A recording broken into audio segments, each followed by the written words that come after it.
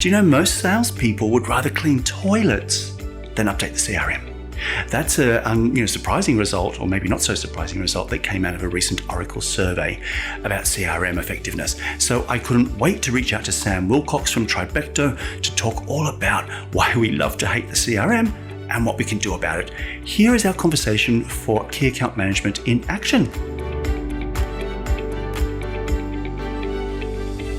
Sam, welcome to Account Management in Action. I am really excited to have you here today to discuss our love-hate relationship with the CRM, which I know is a topic very close to my audience's heart. So welcome. Thanks for having me, Warwick. Yeah, it's great to be here. It's good to chat with you again. Yeah, likewise. So listen, just give us a brief rundown on what you do and how'd you end up doing it. Sure, yeah. So I run a company called Tribecto Automations, and we kind of handle a lot of the sales process and software development for mostly B2B service-based businesses, really. And we focus in on helping them, trying to turn more of their leads into sales, right? That's a very specific piece of the customer journey. We implement all the software that helps them do it and some of the marketing automation and stuff that helps with that piece as well. I've been running the business now for around about 4 years. And yeah, it's been a period of evolution, constant evolution, I would say, in terms of trying to transition from being a freelancer into more of a consultative role, into a small agency. And, that's kind of where we're at now. We're kind of a small boutique agency that, as I say, kind of focuses on the software and automation side of things, of that part of the sales process. But the goal that our clients are trying to get really is to increase their lead to sales conversion rate. So it's everything to do with that is what we focus on. And that's how I got there. Yeah. You can't just think like a salesperson. In this day, it's so encompassing now with the technology, the customer experience, to think more around as a marketer, as a customer success person, as somebody that's invested in the whole end-to-end process, at least have an understanding of how the leads get to you. Yeah. Because it's so important.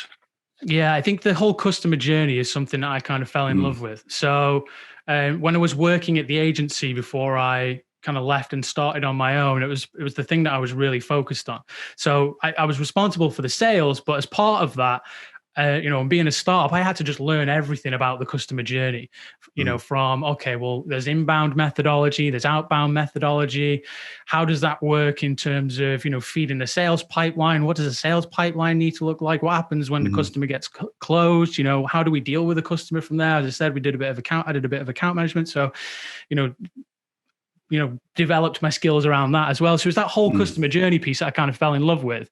And then I'm a bit of a geek. So I kind of geeked out on the software side of that and how the software can help with the customer journey and the automation and all that kind of stuff. So yeah, they all tie in. And I think from a sales perspective, because we help a lot of sales teams now, startup sales teams, growing sales teams. One of the things that we always talk about to the reps specifically is they need to not just know the product in and out, but they really need to know as much about business as possible, really, Yeah. Because they need to have these conversations with business owners for most of the time. Because like I say, most of our clients are kind of B2B companies. So they're having conversations with business owners. They need to understand the problems that their service or product solves, obviously, but it's more than that, right? It's more than just the features and benefits. There's the emotional connection and where the business owner is currently at. With their goals and plans as well. So the more they can understand business from the ground up, the more successful the reps tend to be.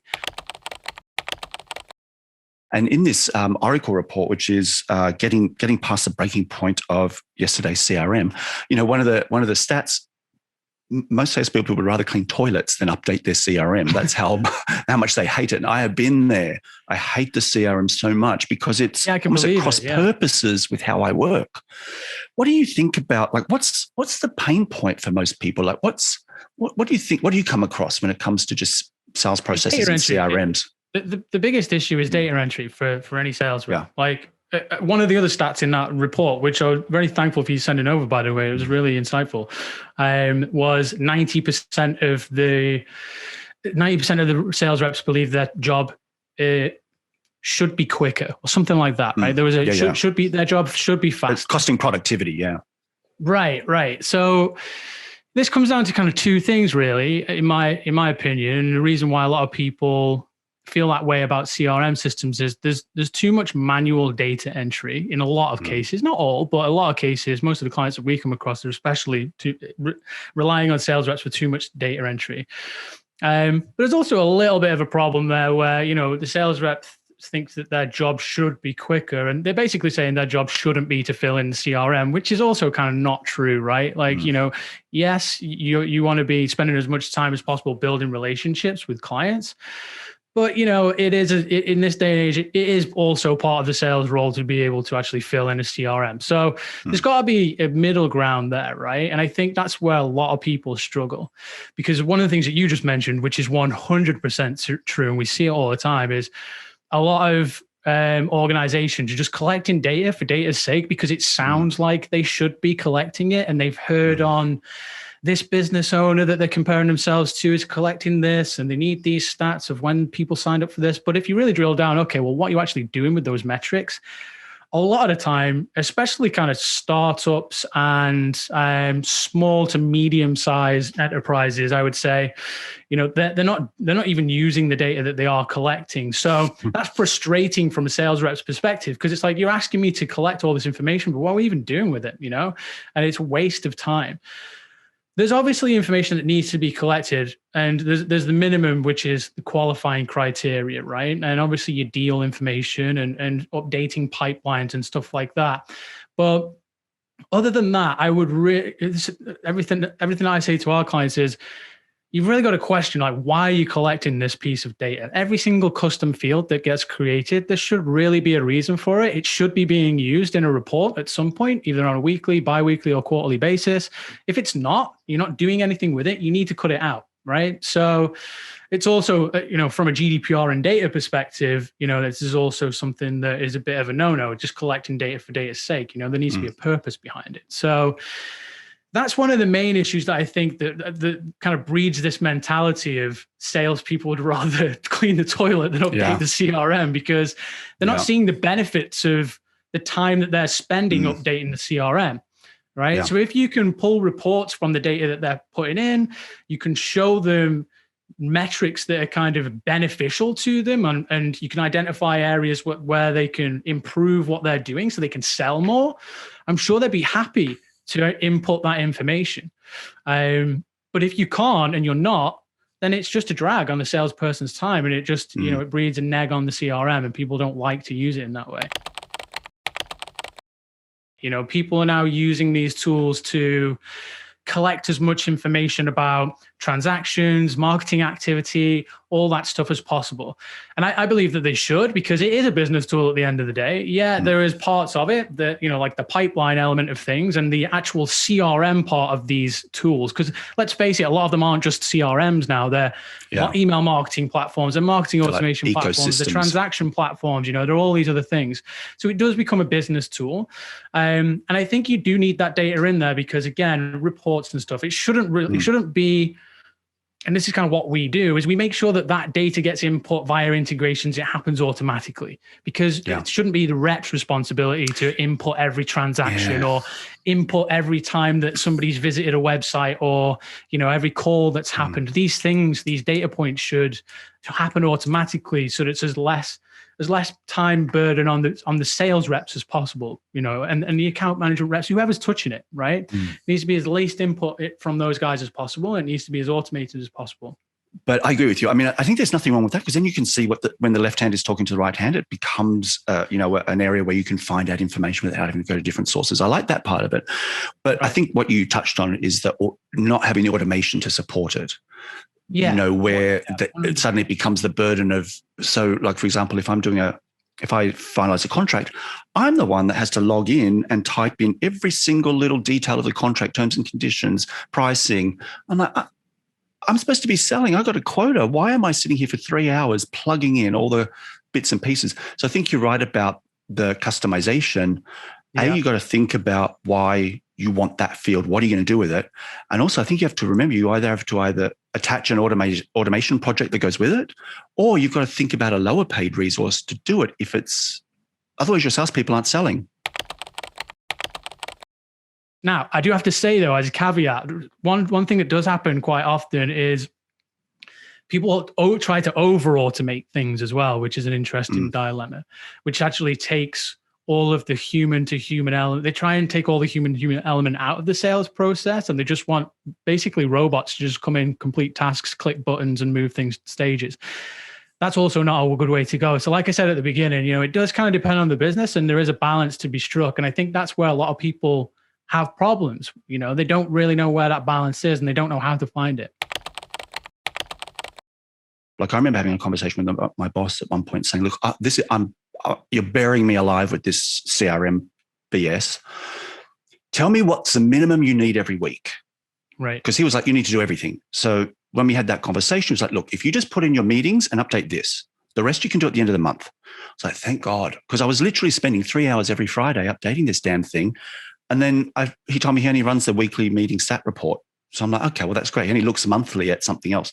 So I think sometimes even having an honest conversation with your boss about what's the minimum, and then maybe even when you're planning and building your CRM, thinking about the cadence, because too often I think they say, update everything all the time, where it's not really practical. And then it stresses people out, becomes overwhelming. What do you think? Yeah, I think you're right. I think one of the things you touch on there, which is super important, which is just understanding what reports are required from a business perspective, what the cadence of those reports are. And this is kind of obvious, but it's something that people don't think about enough. It's like, what are the real key important metrics that should be driving this function of the business, right? That we need to be reporting on. Once you know those things, then you can figure out, okay, well, how do we get all those metrics, and when do you need them by, and how can we make sure they're as accurate as possible? And, you can start off by delivering those metrics or tracking those metrics manually. Maybe your sales rep, it's probably something that sales reps are already doing manually. They're tracking the amount of leads they're touching, they're tracking the amount of quotes or proposals they're sending out, all this kind of standard stuff. But really what we want to do is figure out how to kind of, once we know what those three things are, from the rep's perspective, or the account manager's perspective, from your audience's side of things, getting clear on those three things, you should be able to then go to your director or the business owner and say, look, these are the things that we really need to focus on because that's what you've told me. How can we figure out how to make sure that these metrics are as accurate as possible and they get pulled automatically for you? Because it takes me too long to do this stuff, and you want me to spend my time on building relationships and selling more and making sure people stick around for longer. So there's a business case there, right? That a rep can take to a director or a business owner once they understand what these metrics are that are really driving their performance and what the business owner wants to know. So that's one thing I would recommend is if that's something that is unclear at the minute and you're spending too much time on, make a business case for it, because, it saves the amount of time and energy that you as a rep would be putting into developing these reports is, it outweighs the cost of getting it automated. Yeah, you're right. I mean, too many people just want to be a hater and not actually come up with a business case to solve a problem. And there's some joy in hating the CRM, but ultimately, you're the one that's still. There's, it kind of is a little bit, right? A little bit, but that's where I think sometimes some of the bigger organizations in their desire to make it this end-to-end tool that covers the whole organization have lost sight of some of the functionality that is really going to help an account manager or a salesperson. They think marketing, they think marketo, they think marketing department, not a salesperson with 60 contacts that needs to have nurture campaigns, potentially sending 100 emails a week with trying to get 13, 15, 20 touch points in a month, who is doing it all manually because there's no other system there for them. So I think that's where I think some of the challenges are with the CRM and why salespeople don't resonate with it so much. Yeah, you're right, because a lot of times the people, this is a really good point. And I think I've just kind of clicked with this. So thanks for helping me kind of connect these dots in my head. I think a lot of this, and it's kind of proof in this document that you sent over, this Oracle report. A lot of the people that don't like CRM tools and let's say are really heavily against them, these they're cleaning the toilets. The ones that rather clean the toilets. Yeah. They do work for these big enterprise sales companies. I would argue that's an assumption. So, I'm making an assumption there, but I would argue that assumption is probably correct. And it's because exactly like you said, right? If you're a smaller company, you can flip and change to find the right CRM, and you actually get access to more features for much cheaper. And generally, a lot of the time, the UI of those CRMs, the user interface and like how it feels to use is much nicer. When you're in a more of an enterprise situation and you're using kind of this clunky Salesforce or SAP or something like this, right? And to get any change, if you as a sales rep, you want to say, we need to change this because it just doesn't make sense. Yeah, good luck with that, because there's three international sales departments with 16 different directors, and trying to action change in that kind of situation, it's pretty much impossible from the rep who's actually using the system to affect that change. Whereas lower down in terms of business sizes, you can actually affect change in a much better way. So I would actually, and this kind of, that's an Oracle report, right? So it kind of makes sense that would be the case. Again, that's an assumption, but I think it's a pretty safe one. No, it's true. Well, in my last job, we were trying to get a drop-down changed and adding one extra reason code.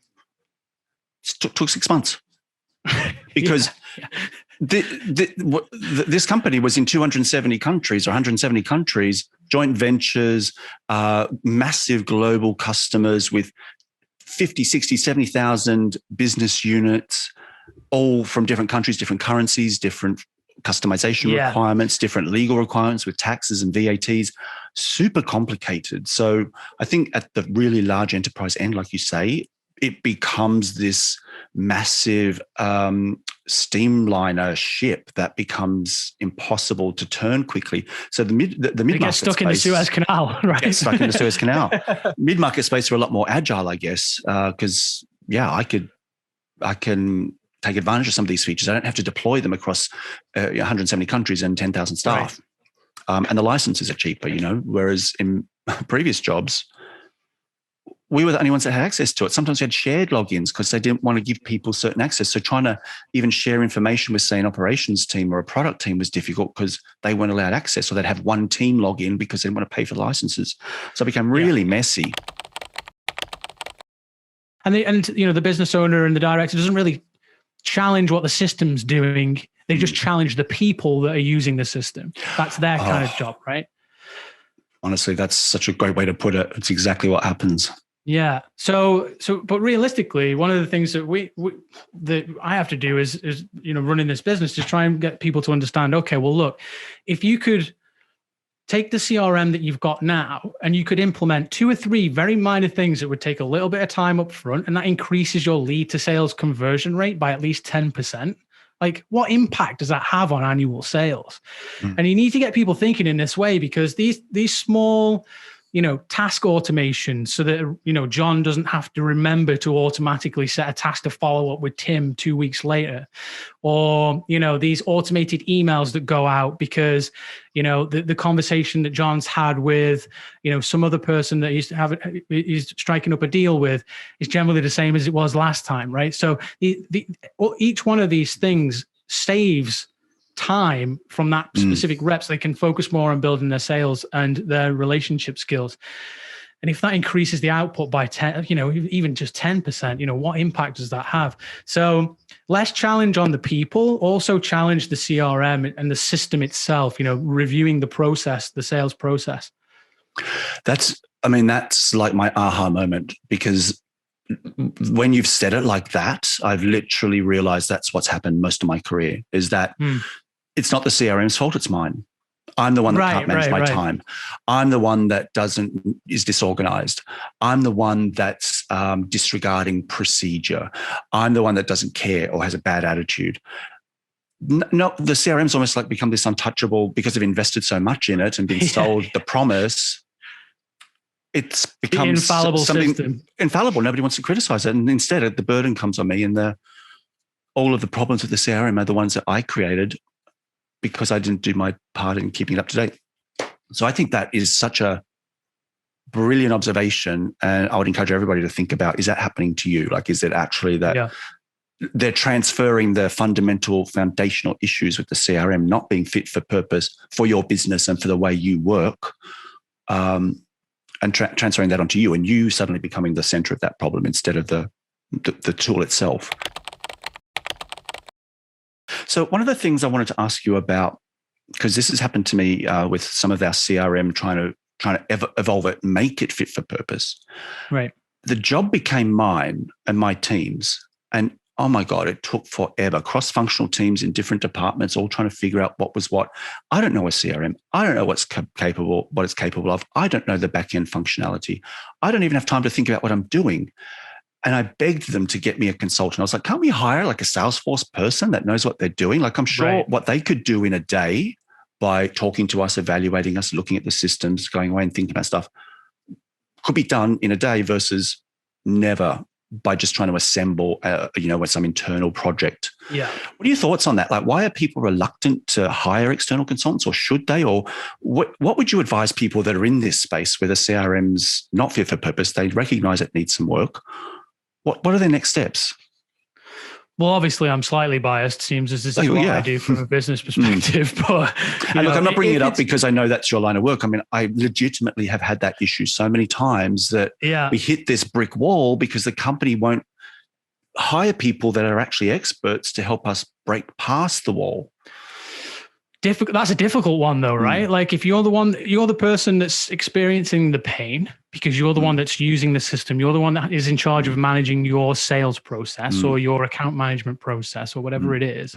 You're experiencing the pain, but if you're acting responsibly and sharing that with, directors and business owners to say, look, this is an issue.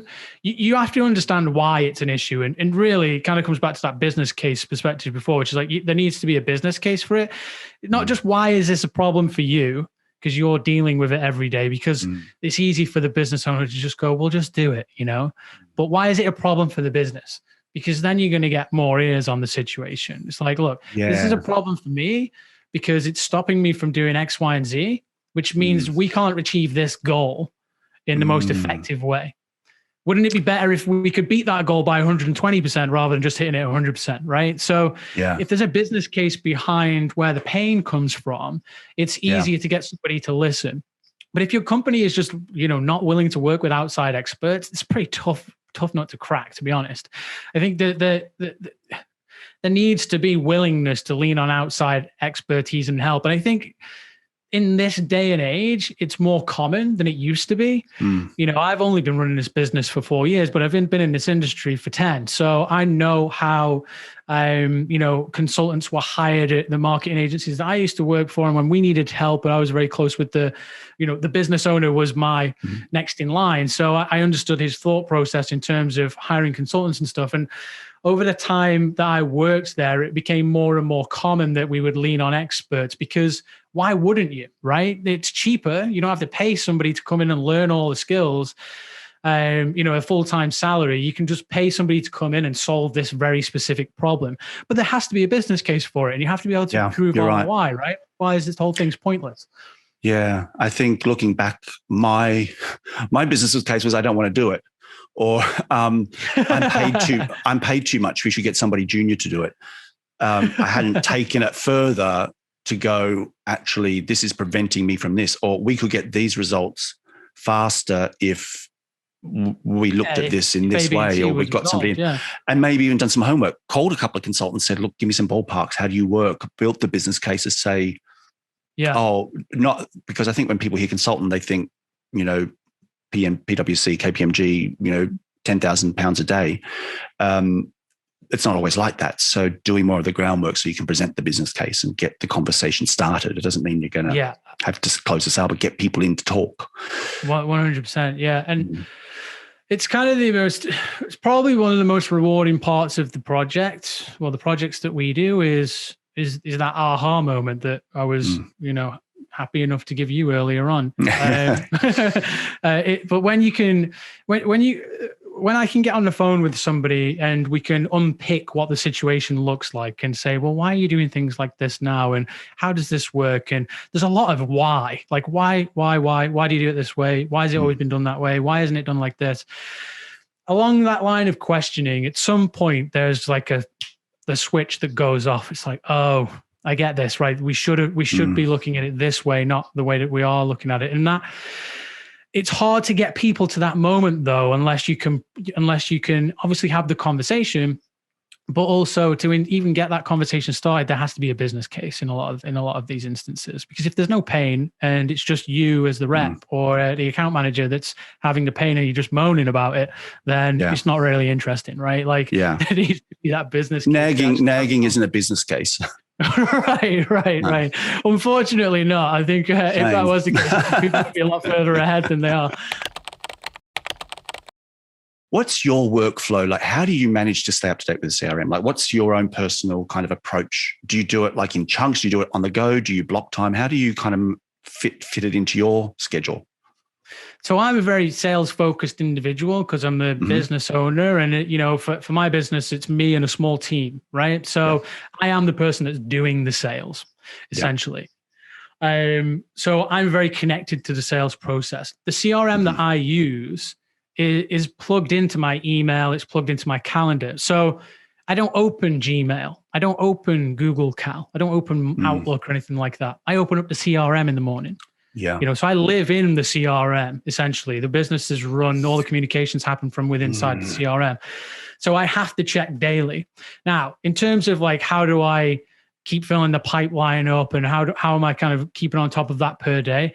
It's a boring answer. It's just time blocking. I have to say that, look, I'm wearing many different hats, but I have to say that at least an hour a day, I'm contacting people. I'm reaching out to people that look like good partnership for good partnership potential, where there's, potentially, what's the word I'm looking for?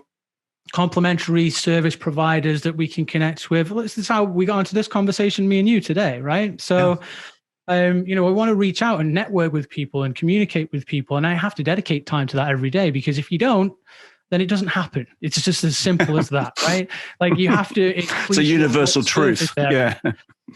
So I don't believe in luck, but I'm very fond of this phrase of like increasing your luck surface area, which is, the theory is like, the more people that you reach out to and try and provide value to, just the more opportunities that are going to come your way in the end, right? So living in the CRM is one, which forces me to actually keep on top of things daily. Time blocking so that I can make sure that I'm constantly trying to find new conversations and following up with people. Yes, we have automated email sequences. I don't use them all that much right now. It sounds like, whoa, this guy's talking about automating everything and, building these email services.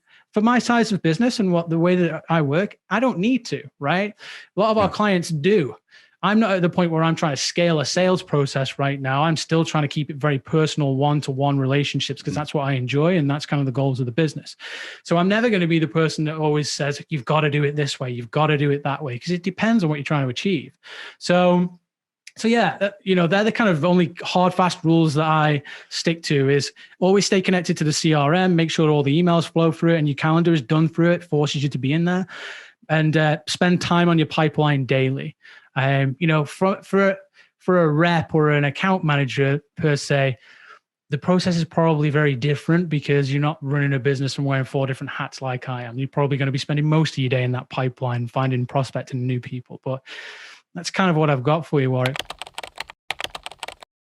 So any sort of resources, things, podcasts, anything you want to recommend to the audience about, anything we've talked about, or whatever's just something that you're interested in? Sure, I'll do a little bit of a self-promo here. We've got a podcast called the Full Stack Business Podcast, which I would love to have you on at some point soon. So we'd love to get you over on there. So check that out, guys. But in terms of books, there's definitely one book which stands out always from a business perspective. I think, again, if we go back to what we said right at the beginning in terms of reps or account managers understanding business in general as much as possible, I'd 100% recommend reading this book. It's very short, but I think it's super valuable. It's called Built to Sell by John Warrillow.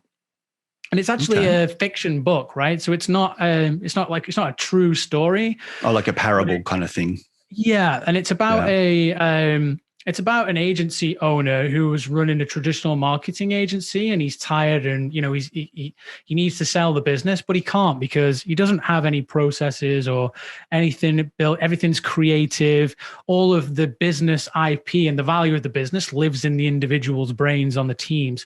And it's about how this mentor kind of guides him towards building a business that's fit for sale, right? And this whole process of going through of more productizing a service, I think, which is something that rings true to the way that I like to do business. So that's a super valuable book. Short read. Even if you're not building a business to sell, it's still very, very valuable, because I would argue that you probably, even if you're not going to sell your business, you should still build it like you're going to. So great. So yeah, that's a good check one. it out. I'll put the links to everything in the description. I have listened to your podcast. It's a great podcast. You also do some great videos on LinkedIn too, don't you? I've seen a few of those. Yeah, I do. Yeah, thanks. Yeah. So make sure to connect with Sam there. I like the idea of you should be thinking of your job as a business. When my boss said to me, "It's your business," that blew my mind. I was like thinking about it like that. I was like, oh, I made so many different decisions and I thought about things so differently, even though I was just an account manager. But it just made me think, right, well, there's an implication for that downstream. I need to be better plugged into the business goals. I need to start thinking, like, if a process is broken, it's like if you see litter on the street, you don't just walk past it, you pick it up and put it in the trash. Same with a broken process, same with a system. So, that book sounds really interesting and a great kind of easy way to just have you think a little bit differently, in a I think a lot of that way. kind of tracks back to having a growth mindset, right? Which I know is a bit of like a fluffy term, but essentially it just means like you want to be learning new stuff all the time and you're interested in business, right? Or like if you're somebody that's working at a company and you are constantly learning about business and your area of expertise, and you're constantly trying to expand your learning because you're passionate about it, you're just going to have much more success in the long run for sure, rather than just like turning up to a job and just doing what somebody tells you to do. I think that kind of ties back into kind of when somebody says like, oh, think about this as your own business. That's really what they're trying to tell you. It's like, you've got to be resourceful. You've got to figure things out for yourself. You've got to learn about this role and what it really means and where the value's driven and how you can expand it and all that kind of stuff. That's kind of what they get into. So yeah, I agree with you. I would definitely think about those kind of things. Yeah. Other podcasts, just kind of on the side note, because I don't just want to drop my own one in there. Yeah. I like to listen to the Tim Ferriss podcast. I also like to listen to, there's a podcast called the All In podcast, which is probably one of my favorite podcasts right now, which is a bit more like tech news and sort of like venture capital investment conversations. Also a lot of kind of like current affairs. So yeah, that's a good podcast as well. So and you may have already said it, because I love that expression you said about increasing the surface area of luck, but any wisdom, advice that's held you that you like to, leave the audience with? Right. So from a business perspective, because I could kind of split these into personal and business, I suppose, but like from a business perspective, one of the things that's kind of very top of mind for me at the minute is as like I say, I wear many hats and stuff. So I'm doing a lot of different stuff as somebody who's running a small business, right? So I'm knowing every day whether I'm, to coin a Gary Vaynerchuk term, whether I'm in the clouds or in the dirt, right? So whether I've got strategy hat on and I need to do high level thinking, or whether I need to just get into the detail and make sure that stuff gets done, is very, very helpful for me. And that advice has only really kind of landed with me recently, because I kind of heard it many times in many different forms in the past. But I was charging towards burnout very recently, and I realized it's because I was spending far too much time in the detail, and that kind of gets me down a little bit because I can't see the bigger picture. So being conscious and self-aware enough to know when I should be spending time in the detail and when I should be spending time at a high level is something that's proven to be very valuable for me right now. So hopefully that helps somebody else. But advice is a funny one though, right? Because everybody hears advice all the time. If you listen into this podcast, you probably listen to a million other podcasts. You probably watch YouTube videos that you're probably trying to learn. You probably have this growth mindset, but advice has got to hit you said in the right way at the right time, and you've got to be in the right mind frame to accept it. So, hopefully at least one person can take something away from that. I love it. And I think sometimes, it's that thinking time. Sometimes I say to people, just give yourself an hour. Like you might just sit and stare out the window and nothing even enters your brain, but it's just giving yourself that opportunity to sort of go into the clouds. 99.9% of people could not sit in front of a window and stare out of it for an hour. No. I get your point, but I'm just making a joke there. It's tough. It is tough. So your advice is better, because I like that idea of just actually, it just means you're focusing your mind in the right way. You're like, okay, and I know I've often said this, I can do admin. Like if I go to the office, I can just churn through emails. I can update CRMs. I can plow through my admin because I know that's what I'm there to do. I can't think in the office. I find it really difficult to actually spend time on the strategy. I'm better at home. Other people are the other way around. But I think being intentional about how you're going to spend your time and think, okay, today's the day I'm just going to get shit done, or today's the day I'm actually going to think about moving the neadle, what I need to do. And just what you've said about clouds or dirt, and just strategy and admin-y day-to-day stuff makes a You'll know as well as running your own business that you kind of feel like you have to be in the detail a lot. I don't know if this is if you relate to this, but for me, when I spend too much time, on strategy and how we're going to move the needle in the long term, I kind of feel guilty because I'm not in the emails and replying to people. I'm not spent. This is like a bit of a guilt thing that creeps in as well that you have to kind of manage. So, but yeah, I think trying to be as self-aware of that situation as possible and not beat yourself up about spending time away from the detail and letting the team go and figure things out on their own and not being there, at 24 hours a day when somebody's got an issue. People need to be resourceful, and you can kind of crack on with your strategy and needle moving. Part of strategy is also reflection. So looking back at what worked, what didn't work, how you'll fine tune. Doesn't necessarily mean coming up with brand new ideas that are going to change the world. It could just mean, let me just look at my last quarter. Why did the pipeline not get where? Why did I miss my quotas? What prevented? What went well? What can I repeat out of the things that went well? What weighed me down? What was a challenge? How do I strip that out of my job, or stuff like that? So I think also looking at it in that way as well is having that time to reflect and learn some lessons from what went before. Agreed. I'm definitely guilty of not doing that enough, for sure. Yeah. So listen, Sam, any final words, anything else you'd like to add before we close it off? No, it's been great to chat to you, Warwick. It's been a really interesting conversation. Thanks for having me on. Hopefully we get to do this again sometime. Yeah. And if people want to reach out, connect with you, what should they do? Yeah, visit tribecto.com. So that's tribecto.com. Tribe and then CTO, I suppose, .com, where you can check out what we do there in terms of helping businesses build better sales processes and increase those conversion rates. But other than that, connect with me on LinkedIn, say hello. I'm always open to having chats with people, connecting with people. That's what this is all about for me. So connect with me on LinkedIn or visit the website. Awesome. All right. Thanks so much, Sam. Have a great day. No worries. Cheers. So what did you think? I had so many aha moments.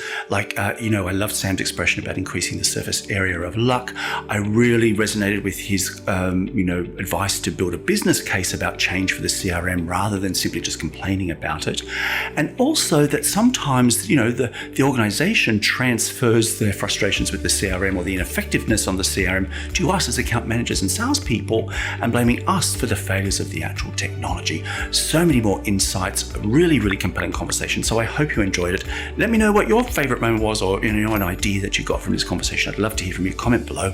And if you would like to be my next guest on Key Account Management in Action, drop me a line. You can send an email to hello@accountmanager.tips. I'd love to hear from you. All right, heroes. Well, that's a wrap on this episode. And until next time, bye for now.